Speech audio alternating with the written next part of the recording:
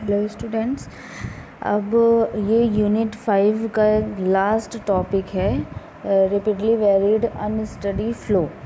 ठीक है, तो सबसे पहले तो यही जाने कि रेपिडली वेरिड फ्लो क्या होता है और अनस्टडी फ्लो क्या है, दोनों ही आपको पता है। अगर विद रिस्पेक्ट टू डिस्टेंस हम मतलब ये कोई चैनल है, हम क्या कर रहे हैं, एक्स डायरेक्शन में वेरी कर रहे हैं। पहले यहाँ पर थे, फिर यहाँ पर थे, फिर यहाँ पर थे, फिर आगे गए। इस तरह अगर हम धीरे धीरे आगे की तरफ जाते हैं और हमें डेप्थ ऑफ फ्लो या फिर वेलोसिटी जो है वो बदलती हुई नज़र आती है, तो इस तरीके के फ़्लो को हम लोग बोलते हैं वेरीड फ़्लो। अब जब यही जो डेप्थ का वेरिएशन है वो बहुत छोटी सी डिस्टेंस के बाद दिख जाता है, जैसे कि कुछ अगर ऐसा वेरिएशन दिख जाता है तो इतनी छोटी सी डिस्टेंस में ही डेप्थ में काफ़ी वेरिएशन दिख गया, तो इस तरीके के फ़्लो को हम लोग बोलते हैं रेपिडली वेरिड फ़्लो या फिर RVF। ठीक, अब बात आती है अनस्टडी फ़्लो की। तो अनस्टडी फ़्लो क्या होता है कि हम जैसे ये चैनल का ये जो है वो है डायमेंशन, ये ऊपर से देखने पर फ़्लो ऐसा दिख रहा है। हम इस सेक्शन पर खड़े हुए हैं और इसी सेक्शन पर हमने t=0 पर ये डेप्थ मेज़र की और डेप्थ हमें मिली सपोज़ y1 मिले। ठीक है, फिर सपोज़ 10 सेकेंड के बाद हमने देखा तो भी हमें डेप्थ कितनी मिली, y1 मिली। हमने 20 सेकेंड के बाद देखा, हमें डेप्थ y1 मिली। तो अगर टाइम को हम चेंज करते जाएं लेकिन डेप्थ ऑफ फ्लो या फिर वेलोसिटी ऑफ फ्लो जो है अगर वो वेरी नहीं हो रहा है, वैसा ही है, तो इसे हम लोग बोलते हैं कि इस तरीके का जो फ़्लो है वो कैसा है, स्टडी फ़्लो है। लेकिन अगर डेप्थ के हम अपनी ही जगह पर हैं और उसी जगह पर टाइम के साथ वेरिएशन में हम लोग डेप्थ में टाइम वेरी हो रहा है, जिस हिसाब से उस हिसाब से डेप्थ को भी वेरी कराते हुए डेप्थ को भी देख रहे हैं क्या इफ़ेक्ट पड़ रहा है, तो अगर उसमें टाइम के साथ इफ़ेक्ट पड़ रहा है तो इस तरीके के फ़्लो को हम बोलते हैं अनस्टडी फ़्लो। तो means rapidly varied unsteady flow क्या है, एक ऐसा फ़्लो जिसमें डेप्थ में वेरिएशन बहुत छोटी सी डिस्टेंस में ही हो जा रहा है। और एक चीज़ और है कि एक्स डायरेक्शन में वेरी होने के साथ मतलब स्पेस में वेरिएशन होने के साथ साथ तो प्रॉपर्टीज़ में वेरिएशन हो ही रहा है, इसके अलावा टाइम के साथ वेरी होने पर भी वेरिएशन हो रहा है। तो इस तरीके के फ़्लो को हम लोग बोलते हैं रेपिडली वेरिड अनस्टडी फ़्लो। ठीक है, तो अब देखते हैं क्या लिखा है। लिखा ये गया है कि रेपिडली वेरिड ट्रांजिएंट फिनोमिना जो है वो ओपन चैनल फ़्लो के लिए है और इसे एक जनरल टर्म के अंतर्गत जानते हैं जिसे बोलते हैं सर्ज। मतलब अगर रेपिडली वेरिड अनस्टडी फ़्लो बोला जाता है तो मतलब हम सर्ज के बारे में सीख रहे हैं। और ये कब होता है, जब एक सडन चेंज होता है डिस्चार्ज में, डेप्थ में या फिर दोनों में। इन डेप्थ डिस्चार्ज या फिर दोनों में एक साथ या फिर दोनों में अलग अलग वेरिएशन जो है वो हो सकता है। अब इस तरीके की सिचुएशन होती कब है, जब हम लोग गेट, जो अभी हम लोगों ने स्लूज़ गेट पढ़ा था, वो जो है अगर हम लोग सडनली क्लोज़ कर देते हैं तो इस तरीके की सिचुएशन जो है वो होती है। ओके, तो अब पहले तो आप लोग ये जानिए कि ये सर्ज क्या होता है। डायग्राम से देखिए समझते हैं।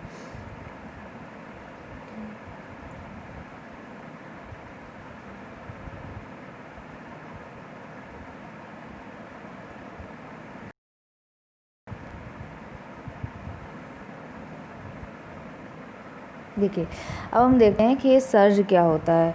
देखिए, जैसे क्या हुआ, ये गेट लगा हुआ है, ये एक स्लूज़ गेट लगा हुआ है, यहाँ ये ऐसे वाटर फ्लो हो रहा था। पहले क्या था कि ये स्लूज़ गेट जो है वो नहीं था, पहले सिर्फ ये क्या था, एक ये बेस था और इस बेस में जो वाटर का जो वाटर फ्लो हो रहा था वो कुछ ऐसा फ्लो हो रहा था, डायरेक्शन इधर से इधर की ओर था। अब मान लीजिए हमने क्या किया, अचानक से हमने यहाँ पर एक स्लूज़ गेट जो है वो ऐसे इतना बहुत नीचे हो गया, ये सिर्फ इतना ऐसे यहाँ तक हमने इतना बंद कर दिया अचानक से, तो क्या होगा, हम देखते हैं दोनों साइड इफ़ेक्ट पड़ता है इसका। देखिए अचानक बंद किया तो अब हम लोग देखते हैं, देखिए ये होता है क्या, ये होता है अप स्ट्रीम साइड होता है, और ये क्या होता है, डाउन स्ट्रीम साइड होता है, क्योंकि फ़्लो किधर से किधर हो रहा है, इधर से इधर की साइड हो रहा है। ठीक है, up stream side, down stream side. तो पहले हम सिर्फ डाउन स्ट्रीम साइड के इफ़ेक्ट को देखते हैं। तो देखिए होगा क्या, डाउन स्ट्रीम साइड में अचानक से जब ये वैसे बंद कर दिया गया है, तो अब ये जो डेप्थ ऑफ वाटर है, अब ये ऐसे फ़्लो तो नहीं होगा, तो क्या होगा, अब ये जो फ़्लो है वो कुछ ऐसा फ़्लो होने लगेगा, ऐसा फ़्लो होने लगेगा, आगे जो है फ़्लो जो है वो ये होगा। तो अब क्या होता है, पहले तो ऐसा था, लेकिन जैसे ये बंद हुआ जो फ़्लो है वो कम हो गया। अब देखिए ये डेप्थ ज़्यादा है, उसी जगह पर ये डेप्थ तो कम है। ठीक है, तो हम लोग इस चीज़ को देखेंगे, तो ये जो और सुनिए, एक चीज़ है, ये तो बनेगा ही बनेगा, ये तो क्लियर है, मतलब लेकिन आपको क्या दिखेगा, ऐसा दिखेगा कि ये जो फ़्लो है ये ऐसा, और अगर आप एक साथ ऐसे बैठते हुए देखें तो ये दिखेगा कि ये जो फ़्लो है ये ऐसे उधर की साइड जा रहा है, कुछ ऐसा नज़र आता है।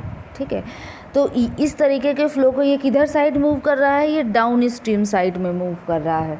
ठीक है, और इसमें क्या हो रहा है, डेप्थ देखिए, पहले डेप्थ क्या थी, ये थी, और अब क्या है, डेप्थ ये है, मतलब डेप्थ में कमी हुआ। तो जब डेप्थ में कमी होता है, मतलब कि इनिशियल जो डेप्थ होती है वो ज़्यादा होती है और बाद की जो डेप्थ होती है वो कम होती है, तो इस तरीके के फ़्लो को हम लोग बोलते हैं निगेटिव सर्ज। और जब इनिशियल डेप्थ कम होती है, फाइनल डेप्थ ज़्यादा होती है, तो उसे हम लोग बोलते हैं पॉजिटिव सर्ज। मतलब अगर डेप्थ बढ़ेगी तो पॉजिटिव सर्ज और डेप्थ घटेगी तो निगेटिव सर्ज। ये दो केसेस हो गए। ठीक, इसके अलावा ये जो केस देखिए, ये किधर साइड बढ़ रहा है, ये डाउन स्ट्रीम साइड में। ये जो एक्स्ट्रा पार्ट जो आपको दिखा, जो क्या हो रहा है, जो अगले उसमें कम हो जा रहा है, ये किधर की साइड जाने लगा, डाउन स्ट्रीम साइड की ओर जाने लगा। अब ज़रा आप अप स्ट्रीम साइड की ओर ध्यान दीजिए। तो अप स्ट्रीम साइड की ओर ध्यान देंगे तो देखिए पहले क्या था, पहले ये ऐसे था, यहाँ तक था लेवल। अब ये क्या होगा, वो वाटर जो यहाँ से टकराएगा, अब ये आगे तो जा नहीं पाएगा, तो क्या होगा, ये वापस लौटने लगेगा। तब जो नया जो फ़्लो बनेगा वो ऐसा कुछ बनेगा, ऐसा बनेगा, और ये जो है ऐसे आगे की साइड आपको जाते हुए नज़र आएगा। तो अगर आप एक ही सेक्शन, इसी सेक्शन पे खड़े हो जाइए और विद रिस्पेक्ट टू टाइम देखिए, तो विद रिस्पेक्ट टू टाइम जब आप देखेंगे तो क्या होगा कि पहले डेप्थ सिर्फ इतनी थी, लेकिन अब डेप्थ क्या हो गई, इतनी हो गई। मतलब क्या हो गया, डेप्थ जो है वो इंक्रीज़ हुआ, तो मतलब ये सर्ज कैसा हुआ, पॉजिटिव सर्ज हुआ। और देखिए फ़्लो भले इधर से इधर की साइड है, लेकिन ये जो अपर लेयर है ये किधर की साइड, ये अप स्ट्रीम साइड की ओर मूव करने लगता है। तो इस तरीके के फ़्लो को हम लोग क्या बोलेंगे, ये पॉजिटिव सर्ज भी है और ये moving to upstream side भी है। तो मतलब इतना चीज़ तो आप लोगों को क्लियर हो गया कि दो तरीके से हम लोग क्लासीफाई करते हैं, एक होता है पॉजिटिव सर्ज, एक होता है निगेटिव सर्ज। पॉजिटिव सर्ज क्या होता है कि जब डेप्थ ऑफ फ्लो जो है जब वो इंक्रीज़ होता है, मतलब पहले कम होता है बाद में ज़्यादा हो जाता है, तो उसे हम लोग बोलते हैं पॉजिटिव सर्ज। और अगर डेप्थ ऑफ फ्लो पहले ज़्यादा होता है और बाद में कम हो जाता है तो इसे हम लोग बोलते हैं निगेटिव सर्ज बोलते हैं। ठीक है, ये एक क्राइटेरिया। दूसरा क्राइटेरिया क्या है कि जो एक्स्ट्रा पार्ट जो होता है, चाहे वो पॉजिटिव हो या निगेटिव हो, जो एक्स्ट्रा पार्ट जो होता है वो किधर की साइड जा रहा है, उस बेसिस पे भी क्लासिफिकेशन किया जाता है। तो अभी आपको दोनों केसेस मैंने बताए, एक केस में वो क्या हो रहा था, डाउन स्ट्रीम साइड में जा रहा था, और एक केस में वो कैसे जा रहा था, अप स्ट्रीम साइड में जा रहा था। तो दोनों क्राइटेरिया हैं और दोनों एक साथ ही होते हैं, तो मतलब टोटल 4 केसेस बनते हैं। और ये केसेस का रिदम भी आपको ध्यान रखना है, इनका रिदम भी आप चेंज नहीं करेंगे, क्योंकि इनकी नंबरिंग बेसिस पे भी इनका नेम जो है इनकी नंबरिंग बेसिस पे भी रखा जाता है। ठीक है, तो सबसे पहला जो केस होता है, जो टाइप 1 है, वो क्या होता है, जो टाइप 1 है वो क्या होता है, positive surge moving down stream. ठीक है, अब ये बनेगा कब, देखिए अभी मैं आपको सभी तरीके के फ़्लो कैसे बन रहे हैं और किस तरीके से मूव हो रहे हैं वो मैं आपको अभी पूरी तरह से सिखा देती हूँ। अब जब हम एक एक चीज़ को एनालिसिस करने स्टार्ट करेंगे तो सिर्फ हम डेरिवेशन करेंगे और न्यूमेरिकल करेंगे, ठीक है। तो सबसे पहला जो केस हमें देखना है वो क्या है, positive surge moving down stream है। तो पॉजिटिव सर्ज है मतलब कि डेप्थ में क्या होगा, इंक्रीज़ होगा। मूविंग डाउन स्ट्रीम है मतलब डाउन स्ट्रीम साइड की ओर मूव करेगा। तो ये केस कब होगा, पहले तो हम लोग ये देखते हैं। ये हमारा बेस है और थोड़ा नीचे से बना देते हैं। ये हमारा बेस है, बेड स्लोप है, ठीक है। इसमें क्या हो रहा था, ये क्या है, ये positive surge moving down stream है, ठीक है। इसमें जो है ये एक यहाँ पर क्या लगा हुआ था, गेट लगा हुआ था। करंट कंडीशन क्या है, वाटर जो है वो ऐसे है और यहाँ पे जो वाटर है वो ऐसे करके ऐसे यहाँ पे कुछ ऐसे फ्लो हो रहा है, कुछ ये कंडीशन है अभी की। अब अगर आप क्या करेंगे, सेकंड कंडीशन आप क्या करेंगे, अगर आपने ये जो गेट लगा हुआ है इसको क्या कर दिया, उठा दिया, अचानक से उठा दिया, तो अब ये जो गेट है वो सपोज़ इतना कर दिया, इतना कर दिया, तो जो वाटर है, जो यहाँ से जो वाटर है वो भी क्या होगा, आगे की साइड आएगा। तो जो नया कर्व बनेगा वो क्या होगा, अचानक से ये जो कर्व होगा वो ऐसे आगे की साइड ऐसे आने लगेगा, यानी ये इधर की साइड सर्ज जो है मूव करने लगेगा। इसे बोलते हैं पॉजिटिव सर्ज। देखिए पहले कितना था, डेप्थ ये था, अब क्या हो गया, डेप्थ ये हो गया, और ये मूव किधर की साइड कर रहा है, ये किधर की साइड मूव कर रहा है, डाउन स्ट्रीम साइड में मूव कर रहा है। तो इसे बोलते हैं positive surge moving down stream side. अच्छा, जब ये तो समझने के लिए था, ये जो मैंने आपको बना के दिखाया ये समझने के लिए था। अब जब इस चीज़ को आप डायग्राम के फॉर्म में बनाएंगे तो हमेशा ध्यान रखिए हम एक ही सेक्शन पर खड़े होकर काम करते हैं, मतलब हमारा सेक्शन हम चेंज नहीं करते हैं और क्या करते हैं कि मतलब टाइम चेंज करते जाते हैं, टाइम चेंज करते जाते हैं और सेक्शन वही रखेंगे हम, ठीक है। तो अब देखिए इस चीज़ को कैसे कवर करेंगे। इसका जो डायग्राम बनेगा positive surge moving down stream का, वो कैसे बनेगा इसको देखते हैं। ये हमारा बेस है, ठीक है।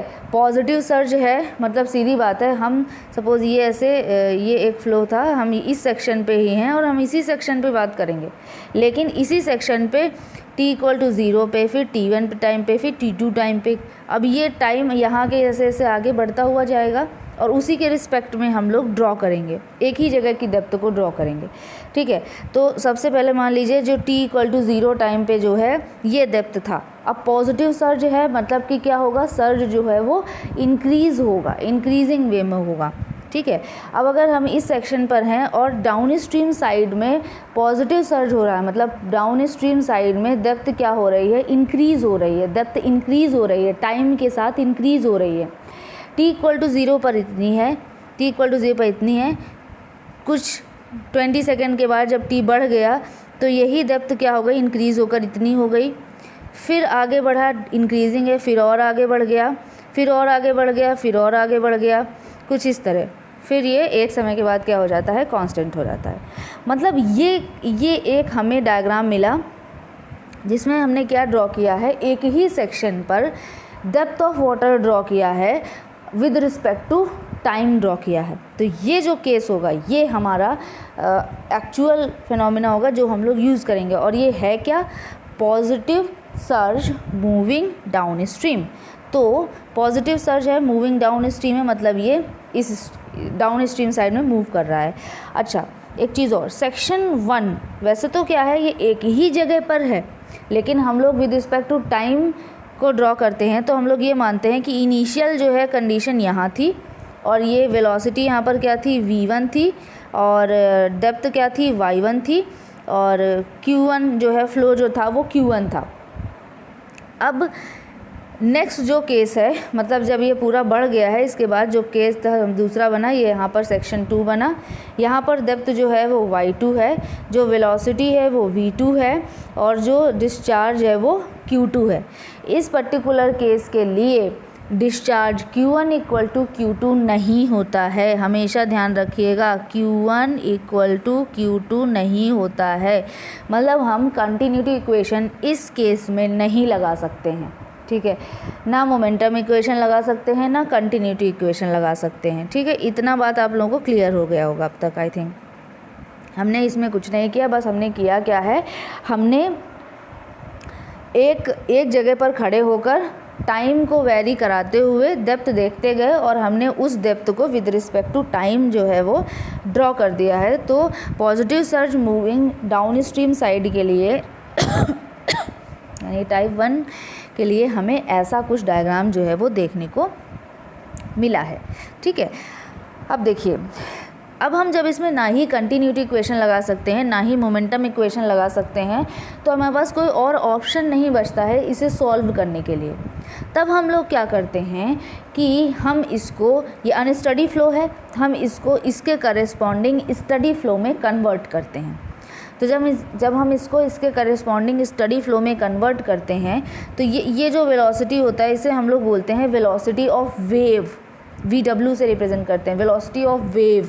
ठीक, तो अगर मान लीजिए हमें इस डायग्राम को, ये जो अनस्टडी फ्लो का डायग्राम है, हमें इसको इसके करेस्पॉन्डिंग स्टडी फ्लो में कन्वर्ट करना है, तो हम लोग क्या करेंगे, ये जो VW है इसकी क्वांटिटी के बराबर अपोजिट डायरेक्शन में इतना ही वेलोसिटी लगा देंगे। तो अगर हमने इस जगह लगाएंगे, इस जगह हमने लगाया इसको न्यूट्रलाइज करने के लिए, तो हमें बाकी सारी जगह भी लगाना होगा। ठीक है, तो हम पहले लगाते हैं, फिर हम बताते हैं इसका क्या इफेक्ट पड़ेगा। देखिए, ये डायरेक्शन इधर की साइड है, हमने इधर की साइड क्या कर दिया, VW के बराबर लगा दिया फ्लो। सेम फ्लो इधर भी रहेगा VW और इधर भी रहेगा VW। ठीक है, तो सभी डायरेक्शन में हमने क्या किया, VW लगा दिया। अब देखिए ये क्या है, ये क्या हुआ, ये तो न्यूट्रलाइज हो गया। जब ये न्यूट्रलाइज हो गया तो इसकी वेलोसिटी क्या हो गई, ज़ीरो। जब यहाँ पे वेलोसिटी ऑफ वेव जो है वो ज़ीरो हो गई, तो ये जो डायग्राम आपको दिख रहा है ये क्या हो गया, जो पहले डायग्राम था अनस्टडी फ्लो वाला उसके करेस्पॉन्डिंग स्टडी फ्लो में कन्वर्ट हो गया। जब उसके करेस्पॉन्डिंग स्टडी फ्लो में कन्वर्ट हो गया तो अब हम इस केस के लिए मोमेंटम इक्वेशन भी लगा सकते हैं और कंटिन्यूटी इक्वेशन भी लगा सकते हैं। लेकिन एक चीज़ जो है जो हमें यहाँ पर ध्यान रखनी है वो क्या है कि अब वेलोसिटी देखिए क्या रह जाता है। देखिए पहले क्या था, V1 वेलोसिटी इधर की साइड था और VW वेलोसिटी इधर की साइड है। आपको एक बात ध्यान रखनी चाहिए कि VW जो है वो ज़्यादा होता है, ऐसा हम मानते हैं। अगर ये एजम्पशन गलत हो जाता है तो ऑब्वियसली निगेटिव साइन के साथ वैल्यू आने लगेंगी, तो आपको पता चल जाएगा खुद ही। तो बहरहाल अभी जो केस बना वो क्या बना, VW माइनस V1 और डायरेक्शन क्या, इधर की साइड। सेक्शन 1 पे अब जो वेलोसिटी, जो न्यू वेलोसिटी आई है वो कितनी है, VW माइनस V1 है और ये क्या है, अप स्ट्रीम्स की डायरेक्शन में वेलोसिटी है। और दूसरा जो सेक्शन 2 पर जो वेलोसिटी है वो क्या है, VW माइनस V2 वेलोसिटी है और किधर की साइड है, अप स्ट्रीम साइड में वेलोसिटी है। वेलोसिटी ऑफ वेव जो है वो कितना है, वो ज़ीरो हो गया है।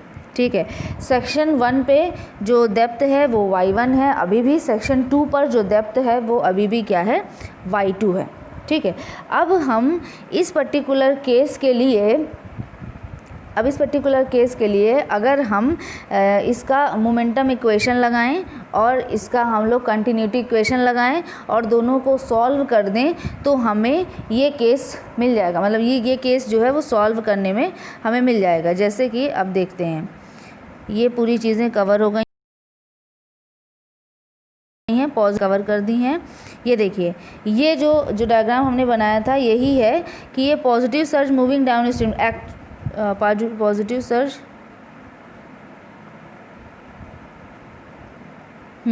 सही है। ठीक है, तो positive surge moving down stream के लिए जो एक्चुअल में जो डायग्राम बनेगा वो कैसा बन रहा है, ऐसा बन रहा है। ठीक है, यही चीज़ मैंने आपको बताया। और अभी जो है अब हमें, अगर हमने इसके करेस्पॉन्डिंग स्टडी फ्लो में कन्वर्ट कर दिया इसको, तो जो डायग्राम बन गया वो ऐसा बन गया। अब हम इसमें कंटिन्यूटी इक्वेशन भी लगा सकते हैं और मोमेंटम इक्वेशन भी लगा सकते हैं। इसमें Q1 इक्वल टू Q2 भी वैलिड होगा और मोमेंटम इक्वेशन भी वैलिड होगा। तो जब हम इसमें कंटिन्यूटी इक्वेशन लगाते हैं तो देखिए कंटिन्यूटी इक्वेशन के लिए क्या होता है, सेक्शन 1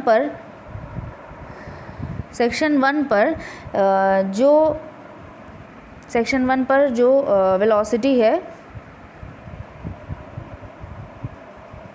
अच्छा एक चीज़ और, ये इस डायग्राम को देखकर आप कंफ्यूज मत हो जाइएगा। जो डायग्राम मैंने आपको बनाया वो यही डायग्राम है जो आप लोगों को सामने दिख रहा है, अगर आप ध्यान से देखें तो, ठीक है। बस मेरा डायग्राम जो ये लेफ़्ट राइट में चेंज है वो डायग्राम, ठीक है, लेकिन ये डायग्राम एज इट इज़ ही बनेगा। अगर आपको देखना हो तो देख लीजिए, सेक्शन 1 पर देखिए, वहाँ पर जो वेलोसिटी आया है वो कितना आया है, VW माइनस V1 आया है, जो मैंने अभी डायग्राम बना के बताया था। सेक्शन 2 पे VW माइनस V2 आया था, ठीक है। तो जब हम लोग सेक्शन 1 पर जब हम लोग Q1 निकालेंगे तो Q1 इक्वल टू क्या हो जाएगा, वेलोसिटी जो है वो यहाँ पर कितनी है, VW माइनस V1 है, और multiplied by cross sectional area यानी A1 हो जाएगा। तो VW minus V1 multiplied by A1 equal to VW minus V2 multiplied by A2। ये हमारा कंटिन्यूटी इक्वेशन हो जाएगा। और यहाँ पर देखिए ये लिखा गया है, यही बनाया गया है, ठीक है। हम इस इक्वेशन को सॉल्व करके इससे क्या करेंगे, V2 इक्वल टू क्या है ये हमने निकाल लिया। अभी तक हमने इसमें कोई भी पर्टिकुलर केस नहीं लगाया है। हमारा जो केस दिख रहा है अभी भी ये जनरल केस चल रहा है। आपको जो सीखना है वो रेक्टेंगुलर के लिए सीखना है, तो बाद में हम क्या करेंगे, हम लोग इसको सिंप्लीफाई कर लेंगे रेक्टेंगुलर के लिए, ठीक है। अभी मेरे ख्याल से ये कैलकुलेशन तो आपको समझाने की ज़रूरत पड़ेगी नहीं, लेकिन फिर भी हमने किया क्या है देख लीजिए। हमने क्या किया है कि इस A2 को इधर साइड भेजा है, तो क्या हो गया है, A1 बाई A2 हो गया है। VW माइनस V2 है, इससे हमने V2 को दूसरी साइड भेजा और VW इस पूरे टर्म को इधर भेज दिया, तो ये बच गया। यहाँ से हमने V2 इक्वल टू ये निकाला। अब हम इस V2 की वैल्यू को मोमेंटम इक्वेशन में रखेंगे, उससे पहले हम मोमेंटम इक्वेशन लिख लेते हैं। तो मोमेंटम इक्वेशन क्या होता है, एक पर्टिकुलर डायरेक्शन में लगने वाले फोर्सेस का summation equal to change in momentum per second के बराबर होता है, ठीक है। तो अब देखिए यहाँ पर जो फोर्सेस लग रहे हैं वो हम लोगों ने हाइड्रोस्टैटिक प्रेशर डिस्ट्रीब्यूशन माना हुआ है। तो कंट्रोल वॉल्यूम के एक साइड पे सेक्शन 1, दूसरे साइड पे सेक्शन 2 है। तो सेक्शन 1 पे जो फ्लो हैगा वो क्या हो जाएगा, P1 जो है वो इतना हो जाएगा। ये ऑलरेडी बहुत पहले डिस्कस हो चुका है, पूरा टरबाइन इन्हीं पे बेस था, ठीक है।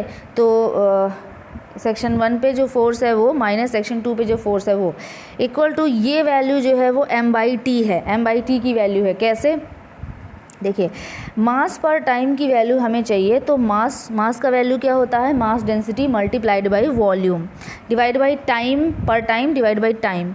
अब वॉल्यूम डिवाइड बाई टाइम को ही हम लोग Q लिख सकते हैं, मतलब रो इंटू क्यू के बराबर हो गया ये। अब हम लोग Q को A इंटू वी लिख सकते हैं, मतलब ये वैल्यू किसके बराबर हो गई, equal to rho into A into V, ठीक है, rho into A into we.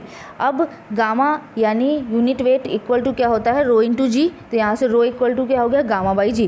तो देखिए रो इक्वल टू हो गया गामा बाई जी, A1 की जगह A1 है। और सेक्शन 1 पे जो वेलोसिटी है, तो अगर आपको ध्यान हो तो जो भी हमारा जो स्टडी केस के लिए जो हमने केस बनाया है उसमें सेक्शन 1 पे वेलोसिटी कितनी है, VW माइनस V1 है। अब सेक्शन 2 पे वेलोसिटी माइनस सेक्शन 1 पे वेलोसिटी, डिफरेंस इन वेलोसिटी ना। तो सेक्शन 2 पे वेलोसिटी क्या है, VW माइनस V2 है, और सेक्शन 1 पे जो वेलोसिटी क्या है वो VW माइनस V1 है। अब क्या करेंगे हम, जो ब्रैकेट वगैरह हैं उन्हें ओपन कर देंगे, V2 का वैल्यू रख देंगे और इसे सॉल्व करेंगे। तो सॉल्व करने पर हमें क्या वैल्यू मिलती है कि देखिए इसको ब्रैकेट को हमने ओपन किया तो हमें क्या मिला, VW माइनस U1, V2 की जगह हमने वैल्यू रख दी है पूरी VW माइनस VW ये वाला प्लस का V1, और ये पूरा V2 की वैल्यू है, ठीक है। जब हमने इसको पूरा सॉल्व किया है तो वैल्यू जो हमें मिली है लास्ट में, वो VW की जो वैल्यू हमें मिली है वो ये मिली है, ठीक है। इसमें A1 क्या है, सेक्शन 1 पर फ्लो का एरिया है। A2 जो है सेक्शन 2 पर फ्लो का एरिया है। Y1 बार जो है सेक्शन 1 पर जो CG का जो डेप्थ होगा कहाँ से, वाटर सरफेस से, वो है। और सेक्शन 2 पर जो वाटर सरफेस से जो डेप्थ है वो होगा Y2, ठीक है। V1 जो है सेक्शन पहले वाले केस में, अनस्टडी केस में सेक्शन 1 पर वेलोसिटी थी, ठीक। ओके एक चीज़ और यहाँ पर जानने वाली है, वो ये कि यहाँ पर ये जो अंडर रूट आएगा तो इसमें दो केसेस हमें मिलते हैं, प्लस माइनस के दो केसेस हमें मिलते हैं, ठीक है। लेकिन ये जो केस हम लोग देख रहे हैं, ये हम लोग कैसा देख रहे हैं, positive surge moving down stream, मतलब डाउन स्ट्रीम साइड में है। मतलब ये बात एकदम क्लियर है कि VW की वैल्यू V1 से कहीं ज़्यादा है। तो यानी VW माइनस V1 की जो वैल्यू है वो एक पॉजिटिव वैल्यू मिलेगी। अब देखिए ये V1 इधर साइड जाएगा तो क्या हो जाएगा, VW माइनस V1 हो जाएगा। तो ये वैल्यू जो मिलेगी वो हमेशा एक पॉजिटिव वैल्यू ही मिलनी चाहिए। तो जब ये यहाँ पे प्लस माइनस दो हमारे पास केसेस बच सकते हैं, दो ऑप्शन बचते हैं, तो इनमें से हम सिर्फ कौन सा ऑप्शन लेंगे, पॉजिटिव वाला ऑप्शन लेंगे, ठीक। अब हम इसी को रेक्टेंगुलर चैनल के लिए चेंज कर देंगे। रेक्टेंगुलर चैनल के लिए चेंज करेंगे, कंटिन्यूटी इक्वेशन लगाया तो देखिए कंटिन्यूटी इक्वेशन में क्या है, कंटिन्यूटी इक्वेशन में ये देखिए कंटिन्यूटी इक्वेशन में क्या है, ये सेक्शन 1 पे वेलोसिटी है, ये क्रॉस सेक्शनल एरिया है, ये क्रॉस सेक्शनल एरिया सेक्शन 2 है, सेक्शन 2 पे वेलोसिटी है। यहाँ से हमने क्या किया, यहाँ से हम लोग करेंगे क्या, ये इस फॉर्मूले को याद रखिएगा। अब देखिए यूनिट विथ को मान के करना है हमें पूरा काम, यानी B1 इक्वल टू B2 रखना है हर जगह। यहाँ से हम क्या करेंगे, V2 इक्वल टू क्या आएगा वो निकाल लेंगे, ठीक है। अब ये कंटिन्यूटी इक्वेशन है, continuity equation sorry momentum equation है। मोमेंटम इक्वेशन अभी मैंने पूरा बताया, उसमें क्या वैल्यूज़ रख देनी है, जो जहाँ पर उसमें A1 यूज़ है यहाँ पर उसमें क्या हो जाएगा, यूनिट विथ के लिए है, मतलब उसकी जगह Y1 हो जाएगा। जहाँ पर वहाँ पर A2 यूज़ है वहाँ पर यहाँ पे Y2 हो जाएगा। जहाँ पर Y1 बार यूज़ है यहाँ पर Y1/2 हो जाएगा। जहाँ पर Y2 बार यूज़ है वहाँ पर Y2/2 हो जाएगा। बस इतने ही डिफरेंस आपको रखने हैं और फिर इसे सॉल्व कर देना है। सॉल्व करने के बाद जो VW का जो वैल्यू मिलेगा वो हमें मिलेगा ये, ठीक है।